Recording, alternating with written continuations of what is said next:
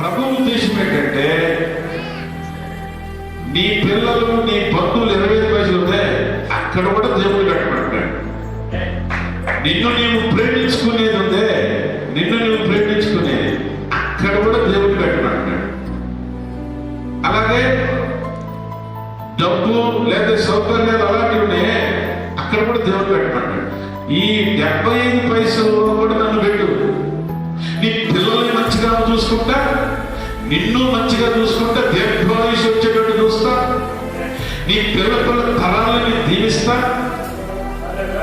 నీవు నీ పిల్లల మీద మనసు కట్టకుండా ఆ 25 పైసల్లో నువ్వు పెట్టే మనసు ఏదైతే ఉందో దాన్ని దేవుడి మీద పెడితే నీ పిల్లల్ని నేను కనుగుడ్డుకు రెప్పలా కాపాడతా, నీ పిల్లల్ని ఒలివ మొక్కలుగా చేస్తా, నీ సంతానాన్ని వృద్ధి చేస్తా, నీ సంతానంలో నుంచి రాజులను అధికారులను బయటికి తీస్తా. కాబట్టి నువ్వు మనసు పెట్టాల్సింది ఎక్కడ? పిల్లల మీద కాదు.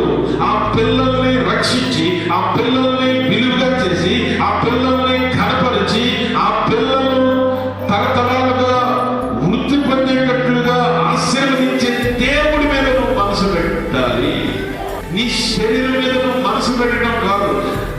నీ మీద నిన్ను నువ్వు ప్రేమించుకోవడం అలా చేయి.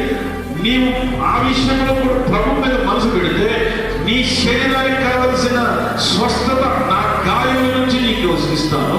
నీవు కృంగిగా నిన్ను లేవనెత్తుతాను. నీవు వృద్ధాప్యం వచ్చినప్పటికీ కూడా నిన్ను కాపాడుతాను. తల వెంట్రుకలు నెయ్యి వరకు నేను నా చక్కనెత్తుకుంటాను. వృద్ధాప్యం ముందు కూడా నీవు చిగురు పెట్టబడతావు. పక్షిరాజు యవ్వనం వరకు యవ్వనము కొత్తదము చెందినట్టు నేను చేస్తాను. ఇది దేవుడు చెబుతున్నాడు. కాబట్టి నీ శరీరాన్ని ప్రేమించుకుంటూ దేవుడిని పక్కన పెట్టావా, ఆ శరీరానికి పడుద్ది. ఇక మూడోది, డబ్బు మీద, వస్తువుల మీద, సౌకర్యాల మీద మనసు పెట్టావా, ఇది ఒక రోజు వెళ్ళిపోతుంది.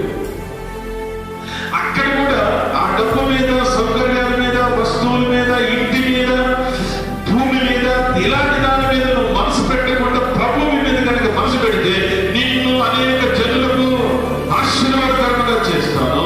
నిన్ను తలగా నేను ఆశీర్వదిస్తాను. అనేకులకు అర్పించేటట్టుగా చేస్తాను.